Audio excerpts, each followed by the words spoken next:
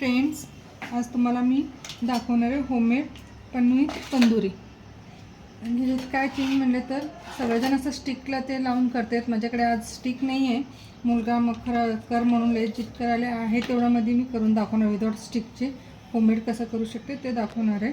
ह्याला लागणारे साहित्य बघा: पनीर, पिझ्झा पास्ता सॉस आणि शेजवान सॉस, थोडासा बेसन, लाल तिखट, दही, kasuri methi, paneer masala, oregano, ginger garlic paste आणि पेरी पेरी मसाला, ताजा कोथिंबीर आणि मीठ. आणि ह्याच्यात मी घेतले ते स्टिकसाठी टमॅटो, शिमला मिर्च, कांदा. आणि ह्याचं साहित्य दाखवतो तुम्हाला काय काय कसं करायचं. हे बघा, ह्याच्यात पहिला मी ॲड करायला दही. दही सगळं पहिला एकजीव करून घ्यायचं.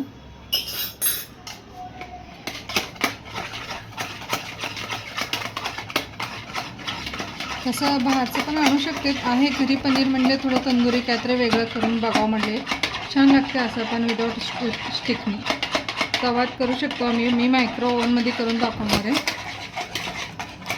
आणि ह्याच्यात काय चेंज म्हणलं तर मी ह्याच्यात बेसन घालायला जास्त बेसन घालत नाही मी. बेसन कावर घालायला म्हणलं तर नुसतं दही म्हणून असं गरम केल्यावर सगळं असं ऑइल तूप सुटल्यासारखे होते. मग थोडं बाइंडिंगसाठी बेसन घालून बघा, छान होते टेस्ट पण. ह्याच्यात घालायला मी बेसन, लाल तिखट, बेसन आणि घेतलेले सगळे मसाले: paneer masala, Schezwan, peri peri मसाला, गार्लिक जिंजर पेस्ट आणि हे ऑरिगॅनो. सगळा मसाला दहीमध्ये घालून घ्यायचं आणि पनीर ह्याच्यात घालून एकजीव करून पनीरला छान असं लागावं असं करून घ्या. हे बघा. आणि हे कसुरी मेथी म्हणून ना टेस्ट छान येते. बघितले मी विदाउट कसुरी मेथी घालून पण तेवढं छान लागलं. आणि कसुरी मेथी म्हणून टेस्ट फुल चेंज होते. बघा, कसुरी मेथी.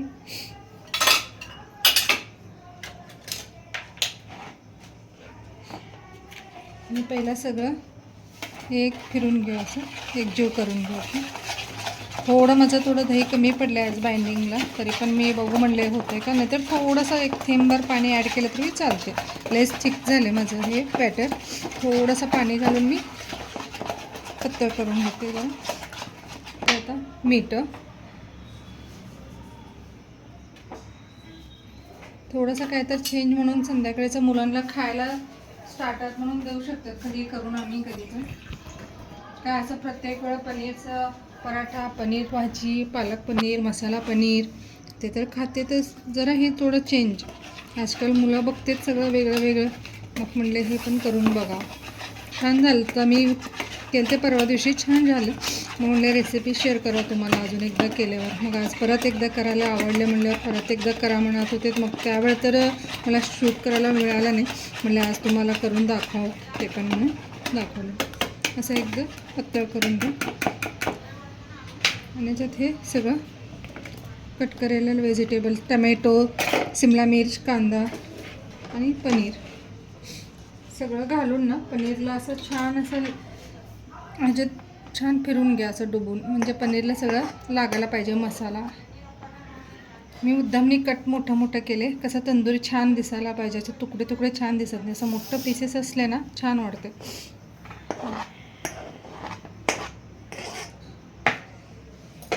सगळेजण करतात पनीर मसाला ते, खरं हे थोडंसं चेंज म्हणून.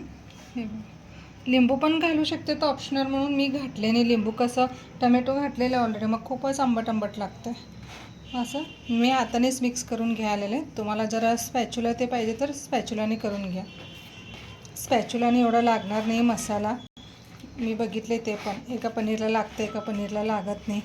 म्हणून मी असं छान मिक्स करून घेते. ते बघा फ्रेंड्स, विदाउट स्टिकनी पण असं ओव्हनचे जे प्लेट असते ना त्याच्यात घातलेलं आहे मी. आज माझं करायचं अजिबात मूड नव्हता, खरं मुला कुठं ऐकायला तयार नाही. आज खायचं म्हणलं तर माझ्याकडे स्टिक पण नव्हतं. मग आज असा करायला आले. विदाउट स्टिकनी पण आपण करू शकते. असं मिक्स केले आणि आता हे ओव्हनमध्ये मी ठेवते.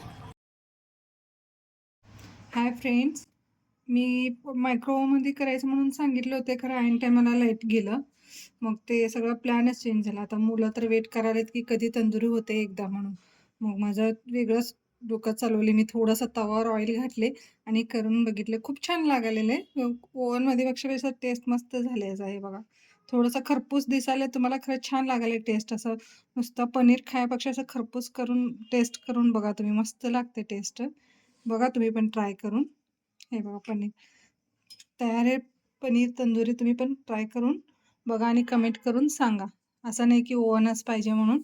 तवावर पण केले मी. बघा तुम्ही पण. Thank you.